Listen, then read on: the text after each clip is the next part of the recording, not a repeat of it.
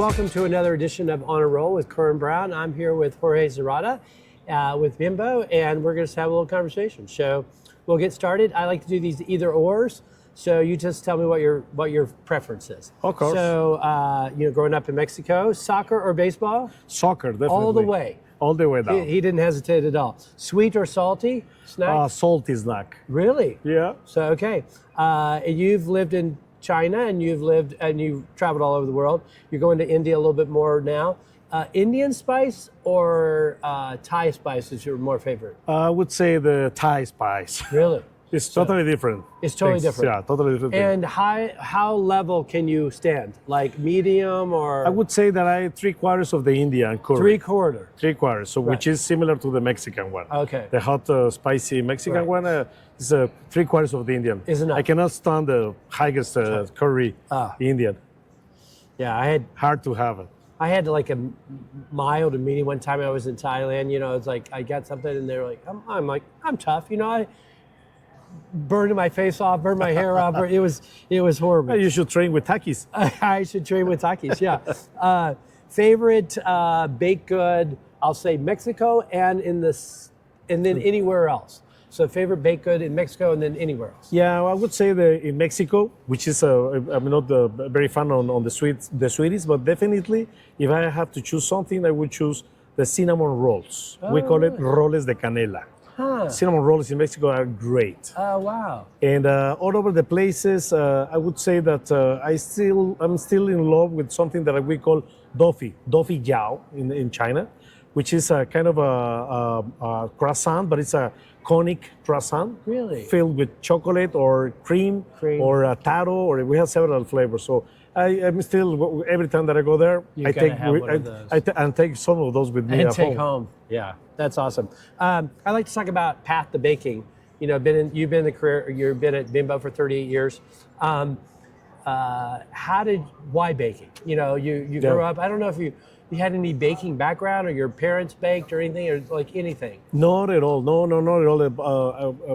30 years ago, when I finished the university, right. I was a food technician. Actually, Right. I have a major in food, but also a minor in ocean sciences. Oh, really? Marine sciences, which I really enjoyed that. But I knew that I had to work in something technical. So, as a matter of fact, when I started to look for a job, I looked for dairy companies, I looked for bread companies, I looked for cookie companies, meat, cold meats, and things like that. And it happens that the first one that offered me a job was Bimbo. Yeah. So, and you have heard me saying this, but it was not very excited on that. At that time, Bimbo was important in Mexico. Was just to give an idea, it was just 17 bakeries. 17, and just in the country. No, none of them were outside the country. Right. We were just starting to export the product to United States, and so it was a good company, but was not a wow. Was not a. So I told myself, okay, I'm going to take this job. In the meantime, I get something better, and that happened 38 years ago. I'm still here. And now how many countries are you in? We are in 39 countries. 39 countries. And we have, from the 17 bakeries, we have now 245 bakeries and snackeries. So you can imagine that. The growth of that in 40 years is. And I'm being blessed to watch it. And I'm helping on that. Part of it, yeah. I'm being helping on that. You lived in China for a while, and now you get to travel all over. So. Also, I lived in South America in the time that we were growing. Right, you got to live in South America. Where in South America? I was living in Argentina. We spent 9 years. Wow. 9 years in Argentina, and from Argentina I was traveling in all the Latin American countries. That's awesome. Oh yeah. The best thing about the baking industry is what? Definitely, it's something that I learned with the time that was passing by. Is the community. This is still, even though there's big companies, big actors in this industry, this is a family-based business, and it still conducts like a family. So we compete. We like to compete and we like to win. Right. But always there's a lot of respect, a lot of very decent deals with all the members of the community. So I like that very much. I think that gives to the industry something very special. That probably, I don't know all the industries because I haven't worked in other places, but probably other industries they don't have. I've heard it said different ways, but I liked your word, that community. There is this community, and that's a great word. I like that. Maybe you've been in, how many countries and how many plants and all that. Any like a funny story of something that you happened to you, or a startup, or what you were doing? You got a funny story for us?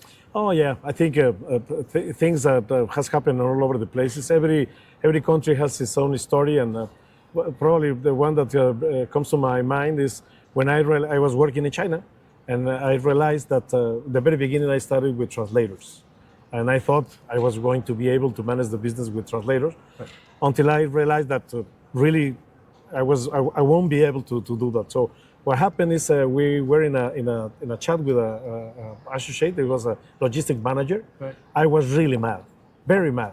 So I tried to be respectful, and I had my translator, and so I was in the way of firing him. Right. Because he made a very bad decision on acquiring some trucks. Right. So while I was explaining my translator, Right. this logistic manager was smiling. So I said, "Oh no, something is wrong here.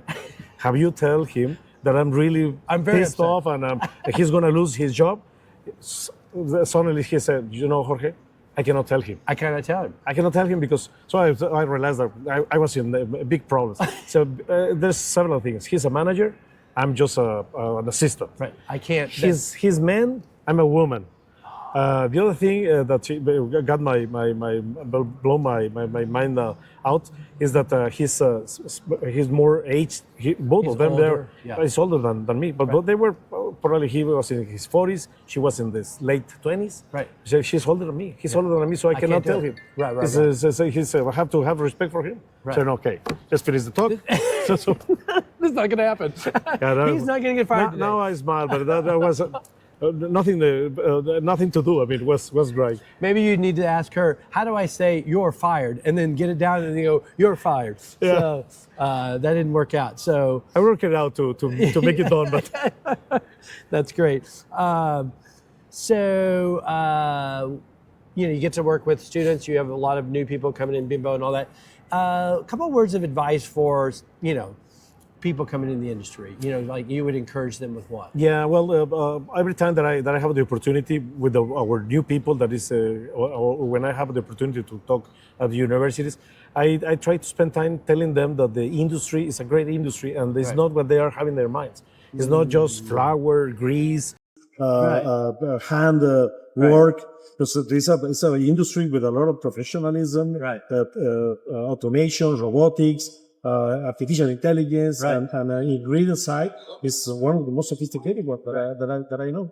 So the piece of advice that I always share with them is don't take for granted what you imagine or you hear. Right. Take the time to visit, to ask for information, and embrace what you have. Because this is something that is going to capture you for a long period of time. I'm sure that the people, most in our industry, we gathered a lot of years of experience because we got trapped in this industry, trapped in the good way. In a good way. In the good way. We're passionate on this. It's a very hard work, but very rewarding. Right. So, I tell them, embrace it, get to know it, and go deeper on that, because you're going to get a lot out of it.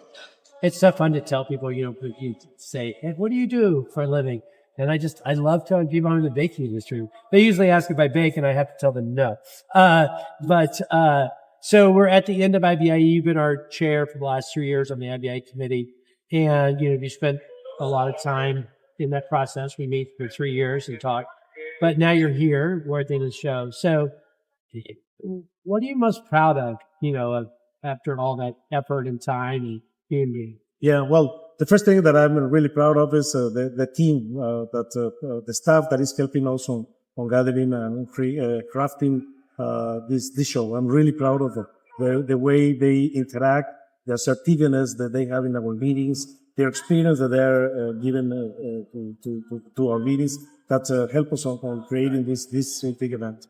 The other thing is now that we are consolidating those efforts for 2 years, I love seeing people that they stop me or stop one of our members in the planning committee to say, hey, thank you for bringing all this to us. Thank you for helping the industry, because fostering the industry. We're helping the industry Very nice. to grow. So there's a lot of things that make me very proud and really very